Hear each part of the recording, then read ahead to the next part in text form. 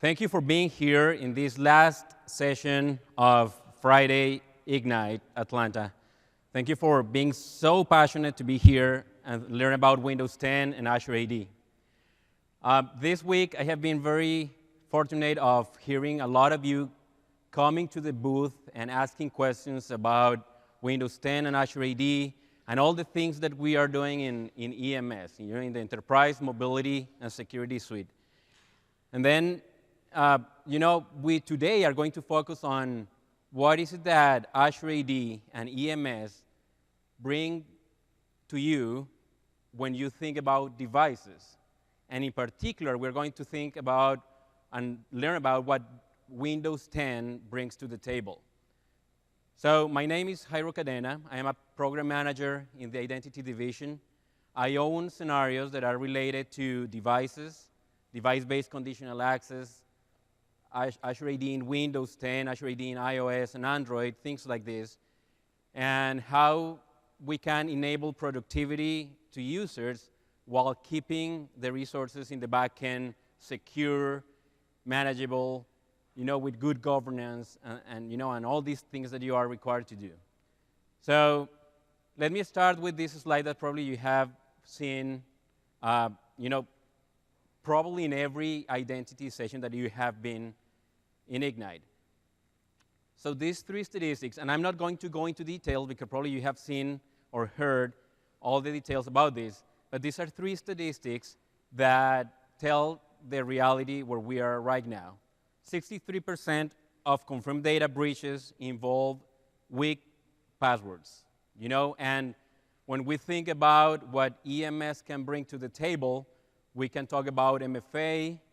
Even in Windows 10, we have this built-in functionality that gets rid of passwords, which is Windows Hello for Business, what we called previously Microsoft Passport for Work. 80% of employees admit they use some kind of software or applications that are not approved by IT.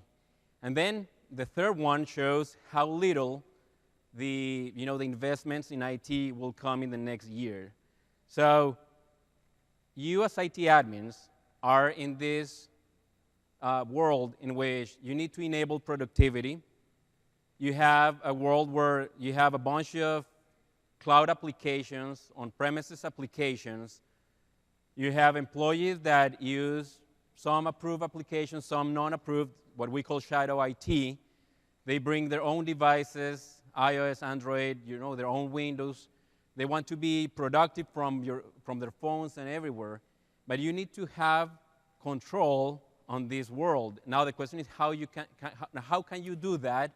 And in this particular session, how can you benefit from Windows 10 as one of probably the best platform that you can use for work?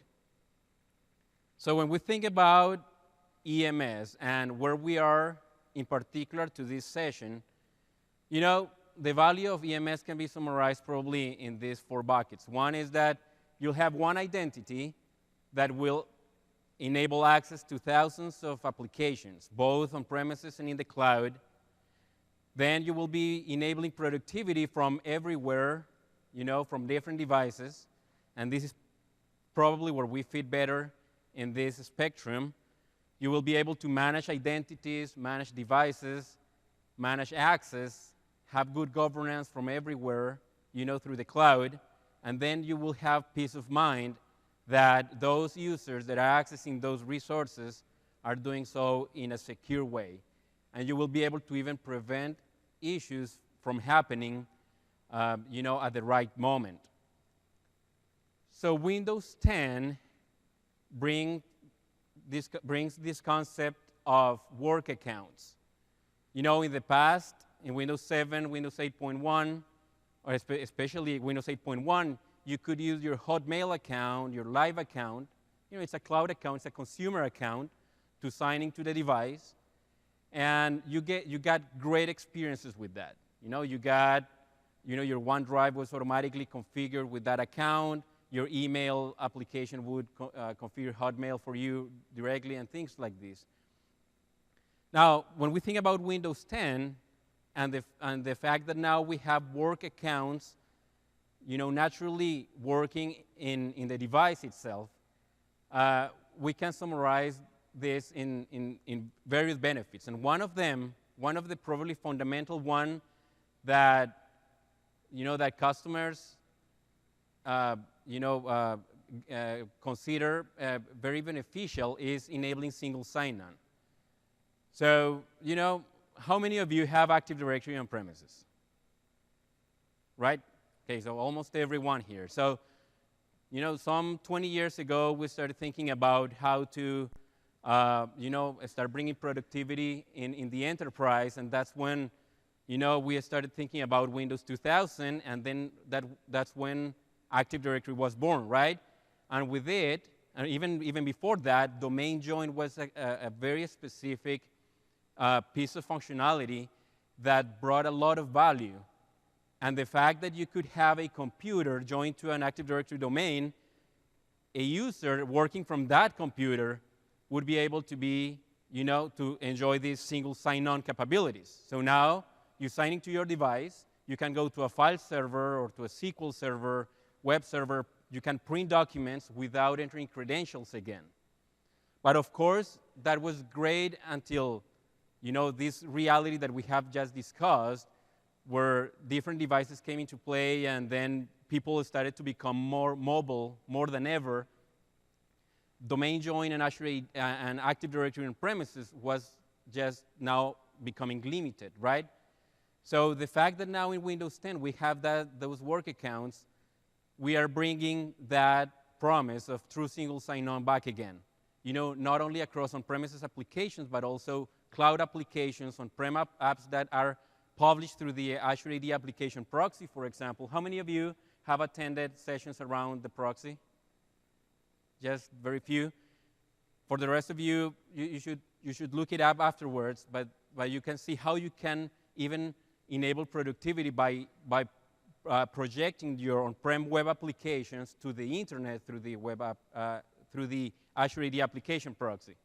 But then single sign-on, which is one of the biggest values that were provided by Active Directory and domain join, we're bringing them with Azure AD as well, both domain join devices and the new Azure AD join devices, and then also personal devices that are configured for work. But then the foundation of that single sign-on, when we think about single sign-on, we say, okay, that's great. Now I can just sign into my device. I can go to my SharePoint online, to my, my expense application. I can go to my file server. I can print documents, and I don't need to enter a password again, right? So that's the promise of it. But behind that convenience, benefit, there has to be some security implications of that, right? You don't want to just enable single sign-on and then, leave your resources unprotected. Imagine that you sign into your device, and now you could go to an HBI application or to, a high business impact application or to SharePoint with the same credentials, or maybe you left unattended, your computer. There's a security implication of enabling single sign-on. And that is what we are basically providing through being able to protect resources based on the identity of the device. So the very fact that made domain join devices allowed to access enterprise resources without entering credentials again and again was that actually that device, that computer, was known to Active Directory. The fact that that computer was part of that domain that was managed by the organization via group policy or even, SCCM or other tools, make those devices in a certain way, now trusted to the organization. So the fact that now we have an identity of that device with Azure AD that enables single sign-on also will allow you to take that identity and make authorization decisions, policy based on that. And here's where we have things like device-based conditional access policies. So now you can say, I want to restrict access to my email, corporate email through Exchange Online, only to domain joined devices or only to devices that are marked as compliant by the management system or Intune, for example. So this is to say that single sign-on and the device identity that allows you to protect access to your resources go hand to hand. In addition, what we have been doing in Windows 10 is enabling the ability for you to sign into distinct devices and yet keep your existing settings, app data, you know, your themes, your colors, your background, your browser favorites, your passwords, your Wi-Fi passwords, and things like this. When you have your domain joined device, for example, your desktop computer, and then you go home or you just go on the road and signing to your tablet using your work account, you will see all these settings roaming across devices. So this is something that you could do in Windows 8.1 with your Hotmail account. So if you had multiple devices and you sign in with your Hotmail account, you could have all those settings roam. Now, the ability for you to get those was not possible in your domain joined device, for example. Now we're enabling that in Windows 10. And of course, one of the concerns that organizations have had when thinking about personal data and enterprise data is that I don't want, as an admin, to know that my corporate data is going to end up in some consumer cloud, some consumer location where I do not have any control of that. So what we have done with the enterprise roaming of settings capability is that we have a specific cloud, a compliant cloud, regional cloud that is totally separated from the consumer cloud where all these settings are coming across devices. Now, let's say the third category of benefits that Windows 10 offers with work accounts is, of course, the security, and or let's say from the user perspective, is the convenience of Windows Hello for Business. So who knows what is Windows Hello for Business here? Okay, so just very few. So Windows Hello is the ability in Windows 10 for you to use a gesture. It could be as simple as a PIN, let's say 4-digit PIN, or it could be something like a bio gesture, like your face recognition or your fingerprint, to sign into Windows. And that's, you can do that with your Hotmail account, Live account, Xbox account, but then now you can do it also with your work account.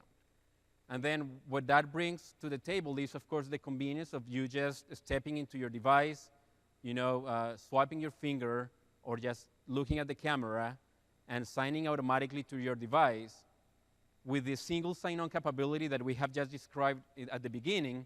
That will give you, a great convenience of accessing corporate resources with your bio gesture. You don't need to remember passwords. You don't need to do anything like, writing your passwords that you forget. You don't need to change your passwords every certain time. So, of course, that's a lot of convenience for the user. But then that's the way that we have implemented that in the back end is actually beneficial for the organization as well. Because the way it works is that there is basically no passwords, no secrets that go across the network. They are just, private public keys, TPM protected in the device, hardware protected.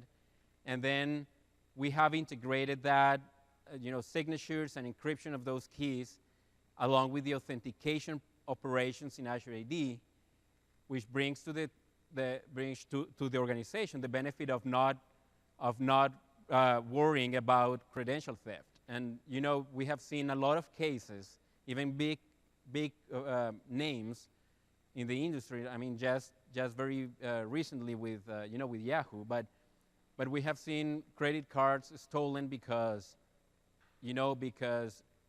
a person who was doing some work with the air conditioning system had a very weak password, and that password was stolen, and then somebody took that password, put some malware in some of the computers, and then it could get to the credit cards of the users. So that's something that with Windows Hello for Business would not have occurred, because there are simply no secrets that can be stolen. And then last but not least, you could, given that now you have integration with your work account in Windows 10, the experiences by default that you get in Windows will be driven by this identity. So for example, now that you sign in to your device with your work account, your OneDrive, maybe, in the future we're going to get Cortana also working with this.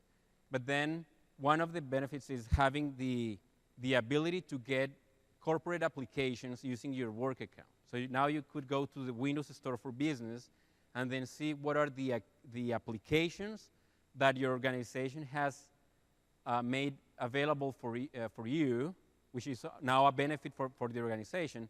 But now you can be productive by just finding out what are those key applications that are approved by IT and that will make your life easier. But then on the other hand, for the organization, you will be able to have a curated set of applications that you want to make available to your users. So let me jump into a demo here, and let's try to visualize this a little bit better. So I am going to show you. Let me see how this comes. So this is basically a brand new device. It's a Windows 10 device. And if I go to settings, so one of the options is go to accounts. And here's where I will be able to see everything that is related to my account in Windows. I see that this is a local account. I'm the admin, and I have just gotten this device. I have configured it as a local account. But then I'm going to, for you to know that this is not Azure AD Join or anything like that. Now I want to go and try to, let's say, access my SharePoint, my organizational SharePoint. And for that, I'm going to use actually a real Microsoft IT SharePoint site.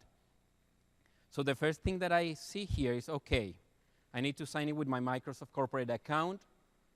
That makes sense. I have logged in with my local account, so there's nothing here. I say, okay, I will sign in, and I enter my credentials. And one of the things that this experience is taking me to is basically, going to SharePoint. SharePoint is saying, I need a token from you. I'm redirected to Azure AD. Azure AD redirects me to my corporate ADFS. ADFS shows the signing page. I enter the credentials in the ADFS signing page. And then now I am being challenged with MFA.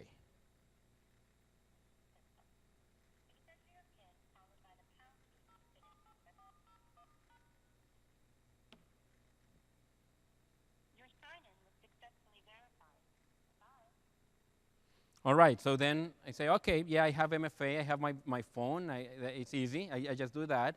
But then look at what I see here.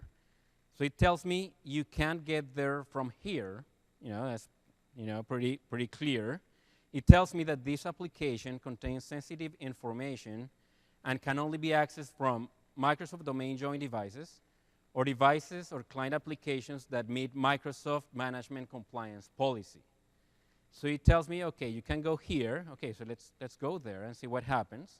It takes me to the accounts access work or school page, and it tells me that I can do connect. Actually, that was what was telling me, the instructions on that. And then what I see is now a signing page. Now it is asking me for my work, for my account. my work account.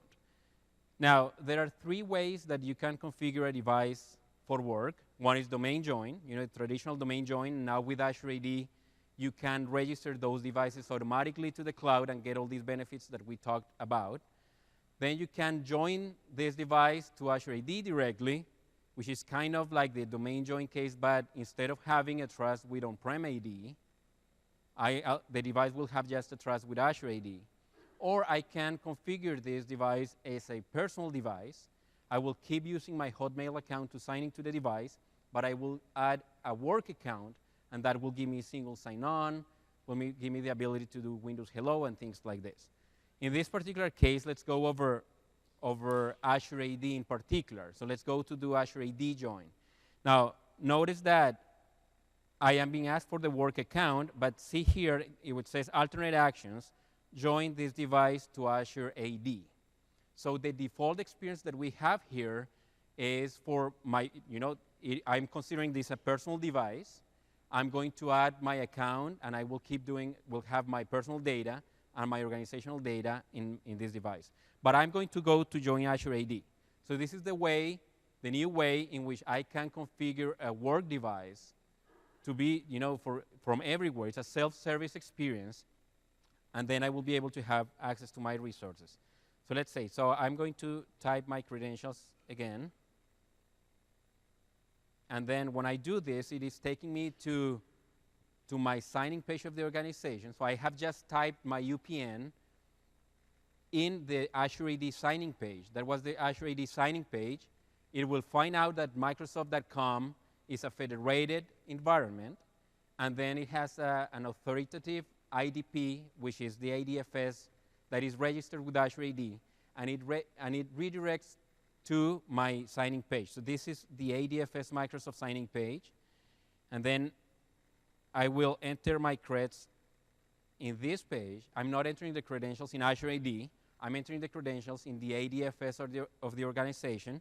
Again, it asks me for MFA because there's a policy that, in this particular case, Microsoft has set that says that it requires MFA to register a device with Azure AD. In this case, we're doing Azure AD join, and Azure AD join, by default, the first thing that it does is registering that device with Azure AD. So I'm going to respond to the challenge once again.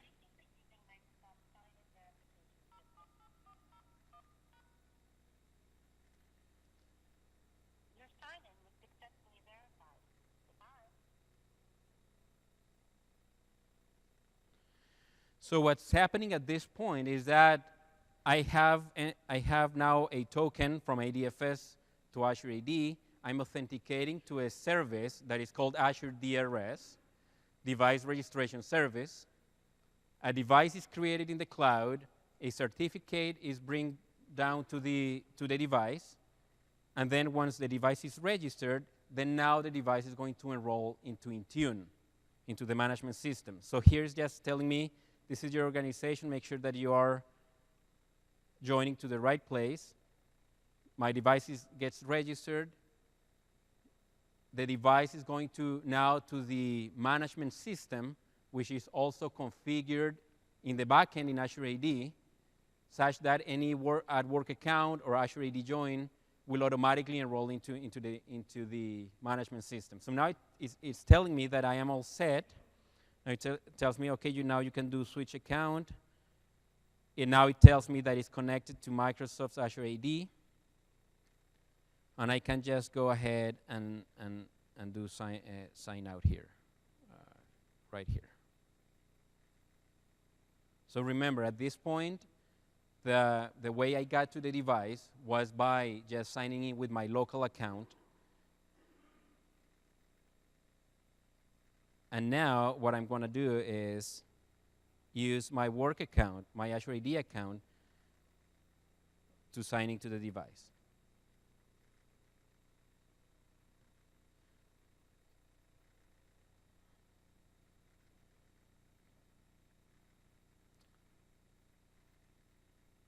So while this signs in, let me jump up very quick to the deck, and let me show you what has just happened. So So on one hand, we have, Azure AD,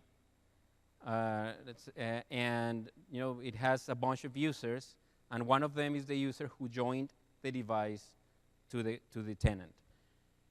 So that user brings the device, and when he did Azure AD join, a trust between the device and Azure AD was created, and that was basically in the form of a certificate that was brought down, issued by Azure AD in particular, and also by a key that is generated in the device that is going to be used to protect tokens that are issued to that device in the future. So basically, we are binding any authentication that happens from that device using a key that is generated at the registration time. That key, that is called the STK, like you see in the diagram, we call it the storage key, and it's a key that is derived from the storage root key of the TPM of the device, and is going to be used to upload to the TPM special session keys that we have in the process of authentication to keep single sign-on going. So once that process has happened, then now we are going to sign into the device, right? So let's go very quick here, and let's finish the demo. So we are right there. So we have a device with a certificate with a key, with a device object in Azure AD, and now we have signing to the device. And if you noticed, the background has just changed to the background that I had for example, in my domain join device at Microsoft. So that was thanks to the enterprise roaming of settings service that we talked about. It keeps my settings across devices. So now that I'm going to show you very quick, going back to the SharePoint that I was accessing before, point.com.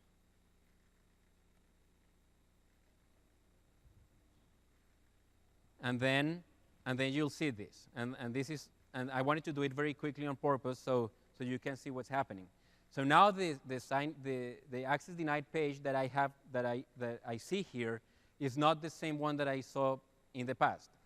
So when I was logged in as my local account, I simply said you cannot get there to the Microsoft SharePoint from here, from this device. You need to take an action to do something.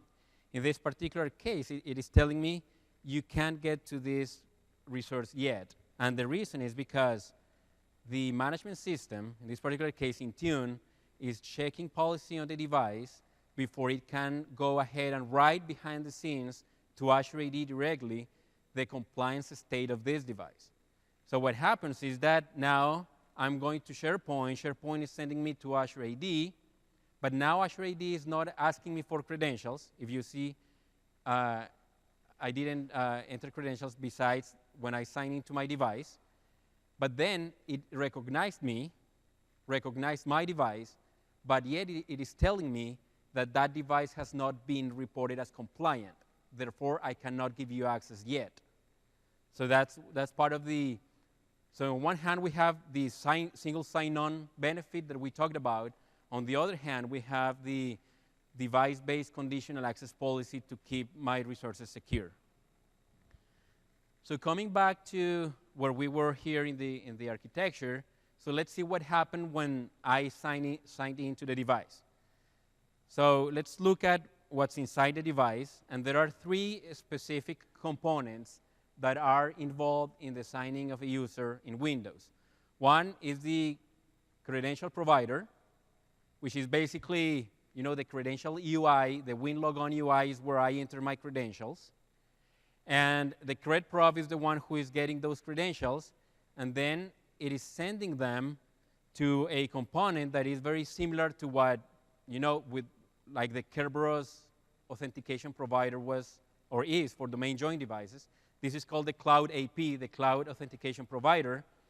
And then what this component does is taking those credentials and sending them along with the certificate that has been provisioned before, the key that was issued for protecting the tokens, and then Azure AD with that information will authenticate the user, will authenticate the device, and will return a single sign-on token that we call a PRT, a primary refresh token.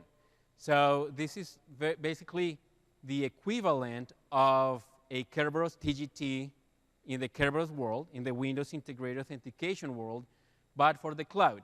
So now that PRT is going to be used, it's going to be cached, but it's going to be used later on for single sign-on. Now, let's say that now we have the applications that now I want to access, like the case of the SharePoint site, for example. And then what happens here is that these applications can be accessed from multiple ways as well.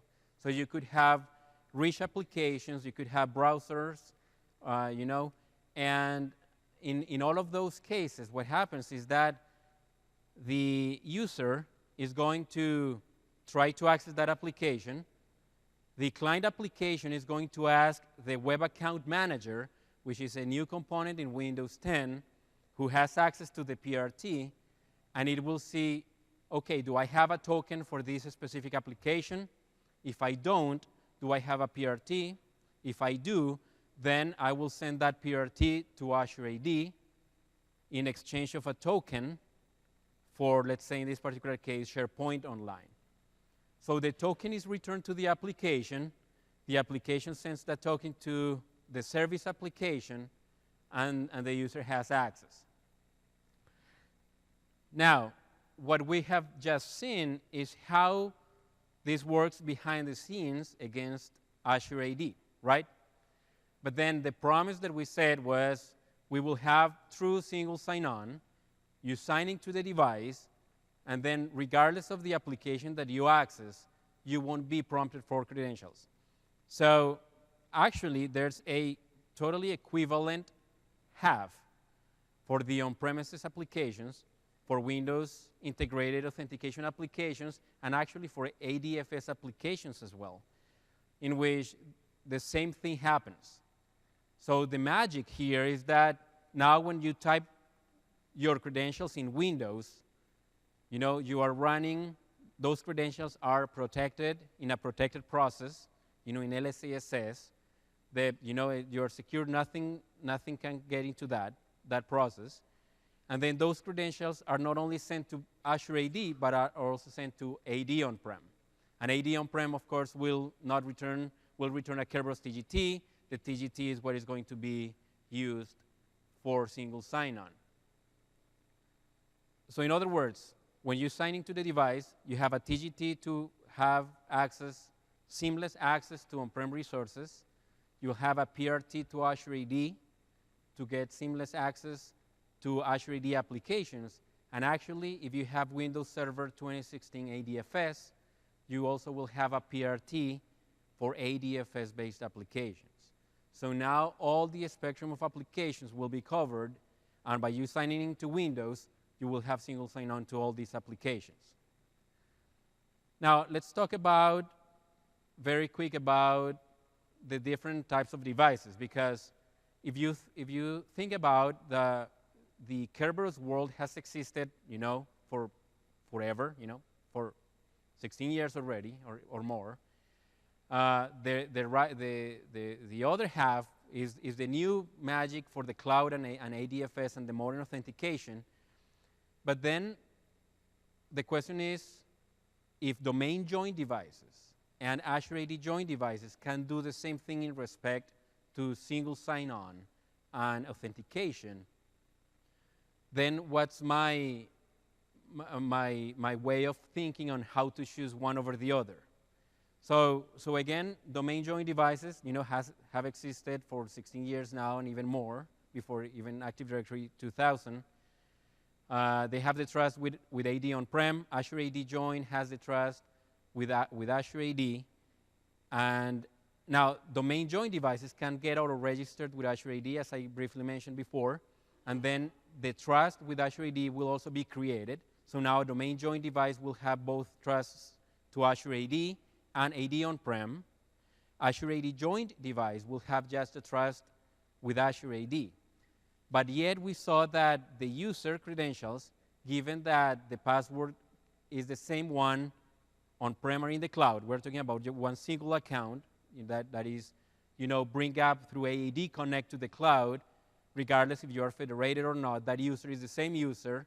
If you are federated, the password will be on-prem through the ADFS. If you are password hash synced, then the password will be in both on-prem and in the cloud. But the difference between a domain join device and an Azure AD join device is that the domain join device has that trust with on-prem AD, which the Azure AD join doesn't have, from the identity perspective. Now, you would ask, why do I care about that? Like if I have a user that can use an Azure AD join device, do I really care about trust between Azure AD or AD? And the real answer to the identity piece of that is that you may not notice the difference for the majority of the cases, of the use cases that we have outside. There are few cases in which, let's say, a Windows integrated authentication resource, like a file server or something, needs to have device authentication. This is like Kerberos armoring or what CBAC, back in the time was when the Kerberos authentication requires that device identity. Of course, you cannot have that with an Azure AD join device. You need to have a domain join device, right? But the truth is that those use cases are very minimal. If we think of all the universe of use cases that all of you and all customers in the world have, those are very, very few compared to the just regular information worker that is trying to access a resource on-prem in the cloud, printing some documents when they are on-prem, accessing SharePoint when they are, or Exchange or email when they are on the go. So the identity piece of that is really not the decisive factor here, because from the perspective of single sign-on, we have just seen that both of the devices will bring the same benefits. Now, the difference relies mostly on how you manage those devices. So domain join devices are, of course, managed via group policy, but you might have invested in tools like SCCM or any third-party tool, whereas Azure AD join devices are managed by a mobile device management system like Intune, right? And then the conversation goes into, what are really the needs that you have for managing those devices. Intune has a specific vision in terms of what is the spectrum of settings that you can control on a device. Today, SCCM or group policy gives you the entire flexibility that you might want to have to manage a domain join device. We have thousands and thousands of group policies that you can control. You can control everything in the device at a very fine-grained approach. Whereas via Intune or an MDM is a little bit different how you manage those devices. So that's probably the biggest consideration that you might want to have. The other thing that I tell, and actually based on what I have learned from you in the last year since we were in this same setting announcing Azure AD Join, was that if you already have domain join devices, which probably you already have, if you have AD on-prem, you have domain join. That's kind of hand to hand. Keep having domain join devices, no? I mean, you will probably have invested in processes to manage these devices, to deploy these devices with imaging or whatever you have invested already. You can very easily take those domain join devices to Azure AD and get all these benefits that we have talked about. So there is not really a requirement for you to do some big changes in your organization to get the benefits of this. But now, if you see those use cases or those users who are mainly in the cloud, or are mainly mobile, and maybe occasionally they come to on-prem, they print documents, or they, or even they have some file servers, SQL servers, whatever, that you see that do not require, a special, access to these applications that require, specific Kerberos authentication. You can start moving those users to Azure AD Join devices. Actually, I was talking with somebody in the booth that they were thinking about in the next PC refresh, they could start thinking of, okay, why don't I just issue an Azure AD Join device? As long as my management needs for that device are met, then of course you will get additional benefits. The self-service provisioning of these devices, the ability for having a very lightweight experience. Now, in Microsoft, even within Microsoft, we have a bunch of cases that PMs and information workers are using Azure AD Join devices, and it is more than enough for them. I mean, they're really not noticing any difference from what they were doing in domain join devices. And MSIT is okay with managing those devices via Intune. So it's up to you. But then again, domain join devices can get all these benefits. You can very quickly get, like if you have domain join devices and you have EMS, Azure AD Premium, and you don't have those devices in the cloud, you're missing a great opportunity to bring value to your users right now. So you can do that right now. And then as you think of new use cases, you can think of Azure AD Join. All right, so now let me move to the security part of that, and let me jump into a demo where I will show you how the admin controlled the conditional access policies from devices. So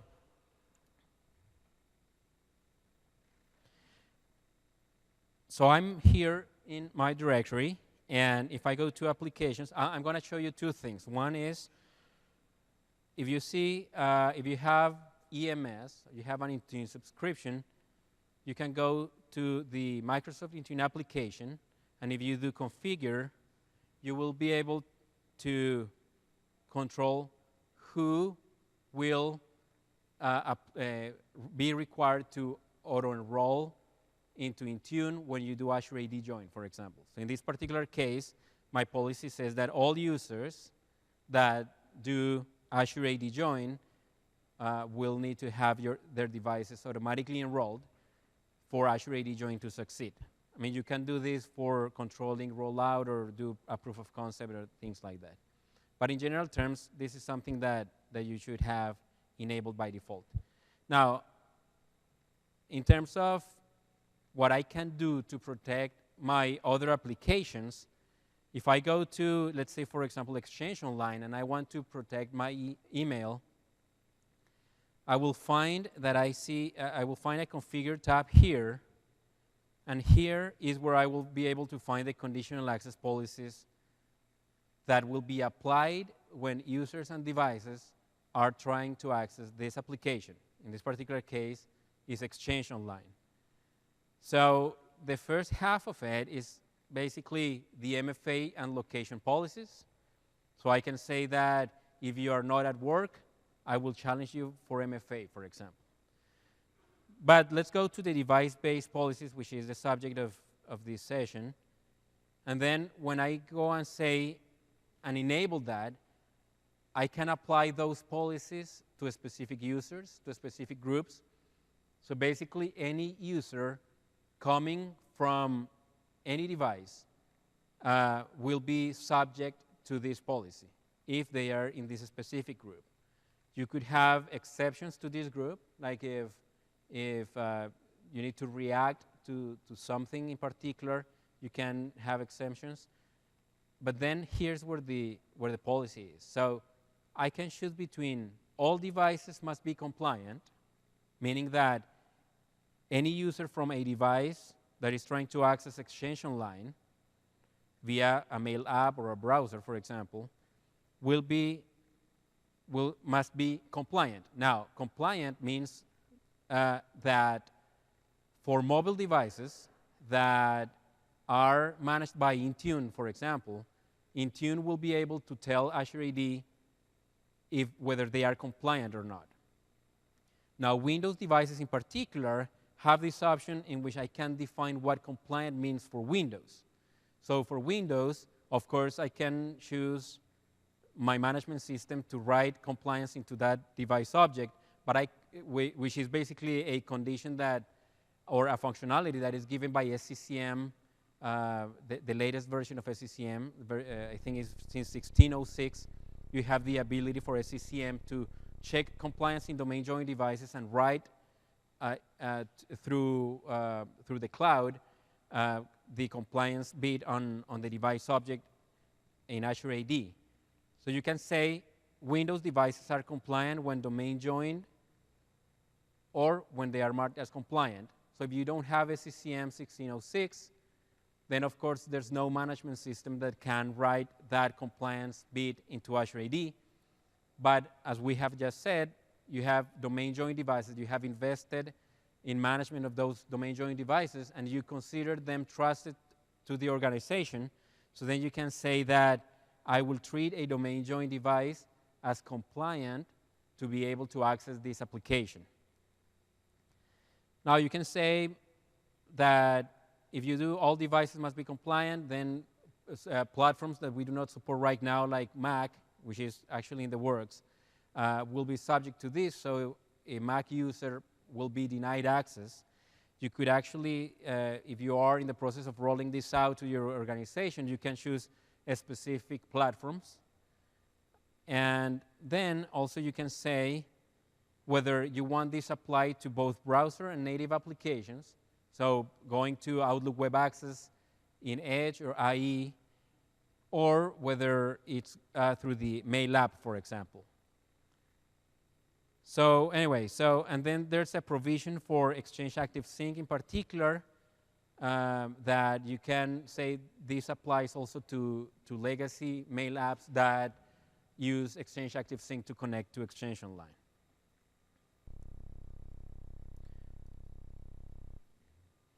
All right, so let's move on. So now let's talk about deployment considerations.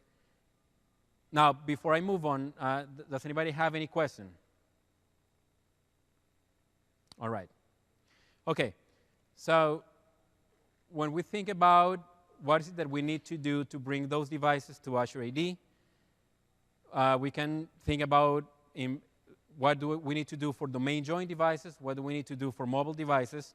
So for domain joined devices, there are some requirements that you need to set in your infrastructure to have them automatically registered in Azure AD. So basically, there's a service connection point that needs to be created. I'll talk about that in a minute. And then there are some rules in ADFS that also you need to create if you are federated. Azure AD Connect is the foundational piece of this. So Azure AD Connect will not only be used to synchronize your users up to the cloud, but also will be a very important piece in the registration of these devices to Azure AD. And for non-Windows 10 devices, basically Windows 7, Windows 8.1, and even Windows Server SKUs as well, there's a Windows installer package that we have released very, very recently that will allow you to register, for example, Windows Server computers. When we talk about mobile devices, the device registers by an end-user initiated experience, like the case of the Azure AD join flow that we saw in the demo. Contrasting that to domain join devices, which are really auto-registered. So once you have set up those conditions in your organization, any domain join device that signs in, that is working, those will get auto-registered to Azure AD. And then as part of the mobile device registration experience, the device enrolls into the MDM, like we saw. And as an alternative for personal devices, in which many users may not want to have MDM managing the device, The alternative is mobile application management. In Windows 10 in particular, we are working on enabling MAM and MAM conditional access in a future update of Windows. So in terms of requirements, so there's a service connection point that is used for discovery.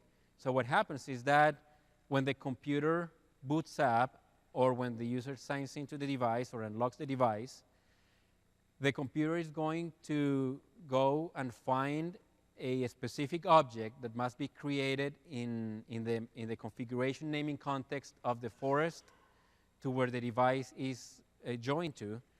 And it will find that object, and it will find the tenant information that is going to be used to register the device against Azure AD. So SCP, the service connection point is required. The Windows installer package that we have released for Windows 7 and Windows Server actually uses that SCP as well, in contrast to the old one that was using the UPN of the user to find the tenant. And then if you are federated, what happens is that after the computer authenticates, or rather, after the computer finds the SCP and finds where it needs to register, now it needs to authenticate to Azure AD, and the way it does so is by going to ADFS, getting a token to Azure DRS, and then go to Azure AD. So basically, so let me rephrase that. So the computer will need to get a token finally to Azure DRS to register itself, and it does so by going to ADFS, getting a token, an assertion, sending it up to Azure AD, and Azure AD sending that final token to Azure DRS for registration finally. Now, for the computer to be able to authenticate to ADFS even in the first place, there has to be some specific rules that you need to create. And I have a pointer to a post that I have in my blog that you can go and see that in great detail. Now, we have a group policy that basically the device will check to make sure that it is good to go to trigger registration. Now, in the Windows 10 November update, this policy needs to be set to even trigger that registration in the first place. In the anniversary update, registration will happen by default. So if you have the SCP, you have the ADFS rules, regardless of the whether the, like even if the policy is not set, the computer will auto-register to Azure AD by default. But of course, you can use that group policy to roll out the functionality of auto-registration. If you have 100,000 devices, you may want to start by just registering a few of them and then start growing up. And you can control that with that policy. And then we talked about Azure AD Connect. Azure AD Connect is necessary. One of the things that Azure AD Connect does is actually enabling auto-registration of domain join devices if you are not federated.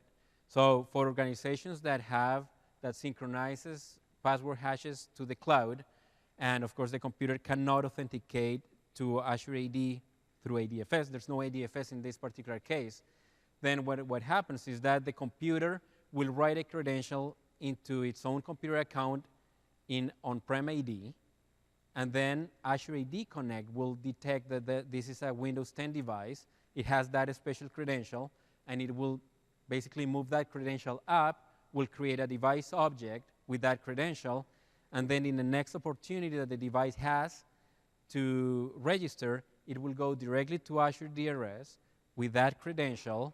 Given that that credential is already in the cloud, is used to authenticate the device and complete registration. So Azure AD Connect is kind of the magical piece in that scenario.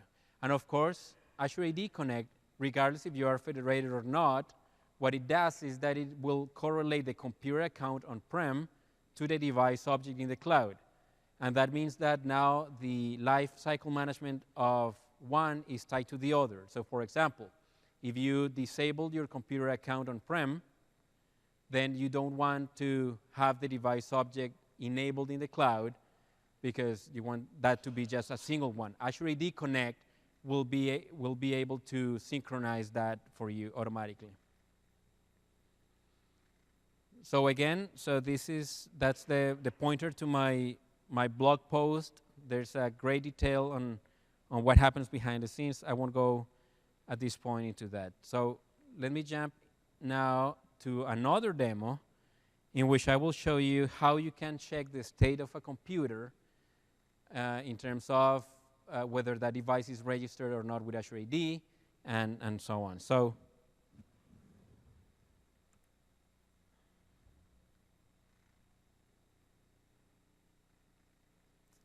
here I open a command line window, and we have this command, dsreg-cmd.exe, that probably you will find very useful, not just to know the status of your computer, for troubleshooting purposes and things like that. If you do /status, you will see the following. So there's a section for device state, there is a section for user state, and there is a section for prerequisite for Windows Hello for Business.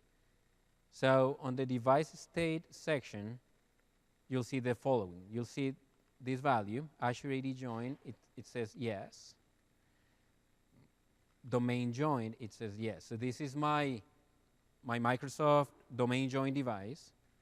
And if you see it is domain joined, but also registered with Azure AD. Interesting pieces, I have the device ID here. So that device ID is the one that I can use to, for example, look the device object up in Azure AD with the MSOL device commandlets.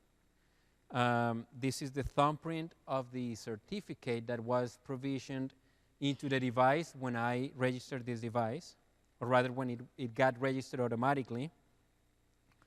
It tells that the keys are TPM protected. This is my IDP, this is my tenant ID, my tenant name. There are some URLs for authentication. And then let's see what else we have here. So now, if we go to the user state, okay, so the question was, what is the enterprise joint value that is set to know here? So as part of one of the, everything that I have just described makes use of Azure AD, right? But there is a specific scenario in which you are on premises only, you don't have Azure AD, and there are some customers that have that requirement for many reasons, compliance, they want to have their passwords and all resources protected. We have enabled Windows Hello for Business, which is one of the benefits that came from registering that against Azure AD, but without Azure AD against ADFS. So for those on-prem only organizations that want to still use Windows Hello for Business, that requires a device registration, like a modern device registration, if you will, we have enabled the ability to register that device through ADFS, just ADFS, and that is what it's called enterprise join here. So if you had a device, it's basically a separate estate. It doesn't involve Azure AD, but it's specific for Windows Hello for Business on an on-prem only organization. That's a good question, thank you. So now on the user state, it tells me maybe one of the important ones is this one, Azure AD PRT yes. So this tells me that when I unlocked my device, I obtained a PRT, the primary refresh token, therefore I will have single sign-on. So if say for example a user is complaining that they don't have single sign-on, maybe one of the first things that you might want to check is this. Does that user have a PRT or not? You know, this is the TGT-like token. Now, this PRT is obtained when you unlock Windows, as we described, but actually it doesn't happen every time. So the PRT has basically a lifetime of, a certain lifetime, but like if you keep using it, and keep using it for some time, it will need to be renewed every 90 days, right? So in other words, you don't need to have a full network connectivity to be able to keep using that token. If you are not using your device, it will have a lifetime of 2 weeks. So let's say that you went on vacation, and now that PRT expired after 2 weeks, and then you will need to have a full network logon at that point to get a new PRT. So anyway, so that was basically that. You will be able to see now prerequisites for Windows Hello for Business as well. It will tell you my device is eligible for that. So for example, one of the policies that you can set is that you do not want to provision a Windows Hello for Business credential on a device that doesn't have a TPM. Because Windows Hello for Business is a credential that is considered a strong credential.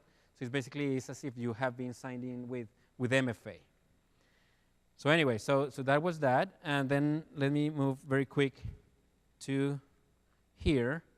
There were a couple of slides that I wanted just to share with you. Access denied pages. So this is the page that we saw. You can't get there from here. And then one of the texts that the user will see is, please click here for more information. Today, that here goes to an article in Azure AD docs that can guide users to self-remediate, if you will. But we are adding the functionality for you to override that, and that here can take the user to any portal that you have, any help desk guidance that you want to give to your users, and that is coming very soon. And let's see, this is the same page that we saw, and then let's go back. Let's move on. So this is basically what we talked about. For registering those devices, you need to have the SCP for discovery. Azure AD Connect Express installation will create that SCP. If you have a custom installation of Azure AD Connect, or you just upgraded from a previous one, you need to run a commandlet. Make sure that it is created in all forests where computers are. And then again, the issuance transformation rules are needed for authentication. Both Express and custom installations of AAD Connect will create these rules. And when we talk about write-back operations that Azure AD Connect offers, you may want to think about, remember, the device object is created in the cloud, but you may want to bring those devices down to on-prem if, for example, you want to have ADFS authenticate that device instead of Azure AD, and maybe you want to create some specific conditional access policy that the flexibility of ADFS will give you. And of course, that is enabled by the device write-back capability of Azure AD. And then one additional point, if you have on-premises applications that you want to publish to your users through the Azure AD application proxy, those applications are considered also cloud applications, meaning that those apps will be subject to conditional access policies if you want to do so as well. And for ADFS, so we talked a little bit about the integration with the Windows 10 authentication. You need to deploy Windows Server 2016 ADFS if you want to have Windows 10 devices, have single sign-on to Azure AD. I'm sorry, to ADFS applications. So just to close on this, we have a bunch of customers who have deployed EMS devices. So we're really thrilled of having you guys trying our features, deploying them. And if you want more information about this and other features in EMS, you have the list there. You can refer to that. And so we have 10 minutes. Now, questions. Can you guys use the microphones, please? How can we build a remote desktop connection to a Azure domain joint device? Can you repeat the question, please? Remote desktop services. Remote Or the desktop. remote desktop connection to Azure, AD joint device? Azure AD joint device. Yeah, the question is about remote desktop services, remote desktop to an Azure AD joint device. So we have added that functionality in the anniversary update, yes. Okay. And how can I So if your question is if you how can I log in with the UPN from the user, or Yes, precisely. So you would need to, when you connect to the computer, then you can use, you should use it with the UPN, or you could do Azure AD, WAC your UPN, and that would work just fine. okay? Yeah. Thank you. Any other questions? Hi. Yes, please. So I think you mentioned about on-prem devices to continue having them domain joined for group policy, and then having other devices perhaps Azure AD joined. Do you have any roadmap for having group policy type settings deployed on Azure AD joined devices? Right. Okay. That's a great question, and that's something that we have heard from many customers. So Intune is actually, looking into that, and the idea would be to have some kind of equivalency to what group policy offers today for a specific SKUs in Windows 10. But that's something that we're looking into that very, very closely, and hopefully it's something that we can deliver soon. Thank you. Yes. This setting which we saw about conditional access, let's say to Microsoft Exchange in Azure portal, is it the same setting which is now in Intune console, or is it? Right. So the question, that's a great question. It is the same one. So when you go to the Intune portal and set that conditional access policy, what happens behind the scenes is that the policy is written in Azure AD, and this is just another UI. Now we are, as you know, we have a new portal, in it, with a new interface. What is going to happen is that in a few months, there's going to be just a single UI to control conditional access policies. And which portal is now, is if we want to start now to play with this and using this, which portal is now correct to go with? Well, so we are migrating. So all the demos that I have shown you is in the admin UX portal, the management portal. And because this functionality has not yet been migrated to the new one. If you go here to check out the new portal, the new Azure portal, you will be able to see that functionality coming in the next few months. But for today, you need to go to the... Thank you. Yeah, sure, you're welcome. When we switch to the MDM channel for management, obviously it alters the number of things that we can get information on for Windows 10 devices. Is there any, because all of these features are great, but I have customers who frequently say, well, we're used to the traditional agent-based model of Intune, not the MDM model for managing desktops. Is there some carrot outside of the features that we've described here, or some roadmap items that would allow us to say, look, this is the reason you don't need to go back and then put agents on all of these devices again? Right. Well, yeah, I mean, for one, the agent is heavier, and I think it would be interesting to understand what is the rationale of these customers trying to go back, as you say. But basically, if it's about the ability to control more policies, like the spectrum of management that you have in the device, it goes back to the previous question, which is does Intune have something that will allow group policy-like, flexibility to manage these devices? And that's where we are looking very strongly into that, to make sure that we serve that use case that many customers have asked us. I think the ask is more around the reporting side, simply because you have very robust, hardware and software inventorying with the current agent, and in the MDM model, it's just a lighter set of things that you can report off of. Right. So it comes to what is it, all the things that you can do with the current one, and hopefully we'll have a good answer for that. Okay. Soon. Yeah. Thanks. Yeah, sure. You're welcome. Regarding all the single sign-on capabilities that into the online portal, do you have to have ADFS configured, or can you just be using Azure AD Connect to facilitate that? Yeah, no, great question. So actually, you don't need to have ADFS. Okay. Given that we have this new PRT model, and you get that PRT from Azure AD, and then that's it. Once you have that token, you will have single sign-on. Okay. What if you're registering from a device from outside of the domain? Azure AD Connect would overwrite the existing directory, like all the existing computer accounts, and would that overwrite your computer account that gets created when you? Yeah. Now, for a domain join device to auto-register to Azure AD, that device will need to have line of sight to a DC because it would authenticate using Kerberos to ADFS. Right. Now, in the ADFS case, right? In the non-ADFS case, still the computer will need to be able to write that credential into the computer account.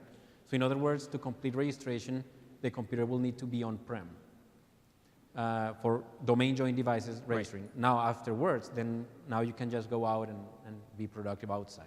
Okay, but if it's just a field device and maybe a BYOD or something like that that's never been in the office, you can register that to Azure AD without any problem? Oh yeah, precisely. You can do Azure AD join.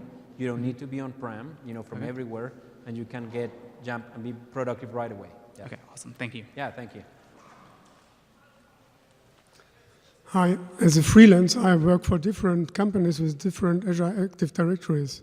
Can my Windows 10 workstation join different Azure Active Directories?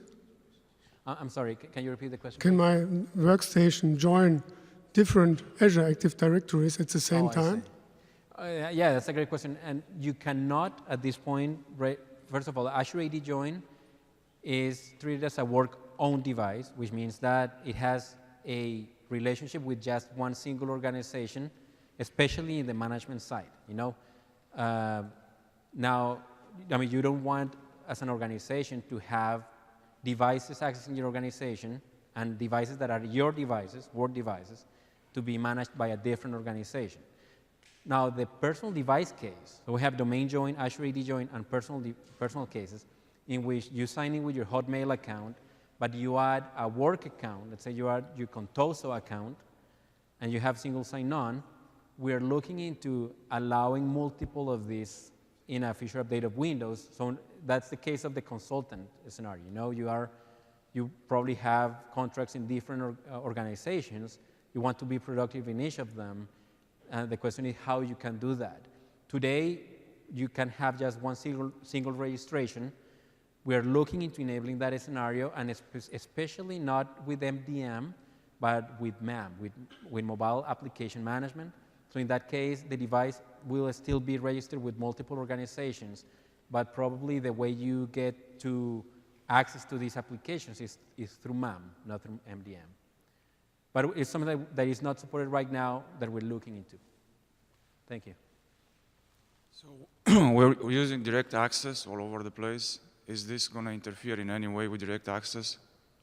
The answer is no. I mean, direct access is just a way for you to physically, or virtually connect to your corporate network.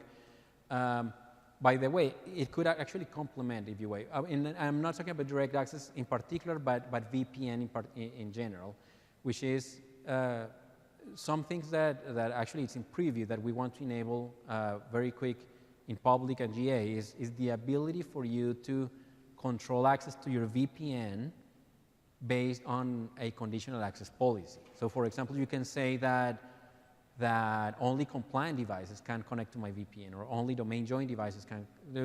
Basically the same policy that we have looked into that. Of course, the vision of Azure AD Join is that you don't need VPN anymore in the future, but of course we understand that there are cases in which you still need to get access. Right. Those are the cases that you could even complement this in a nice way, in a secure way. Thank you. Sure. Excellent. So if no more questions, we are just 28 seconds, so we are good on time. Thank you so much. I will be here. We can keep the conversation going. My Twitter account is there, and my blog is active, so feel free to ask and we can keep the conversation going. Thank you so much.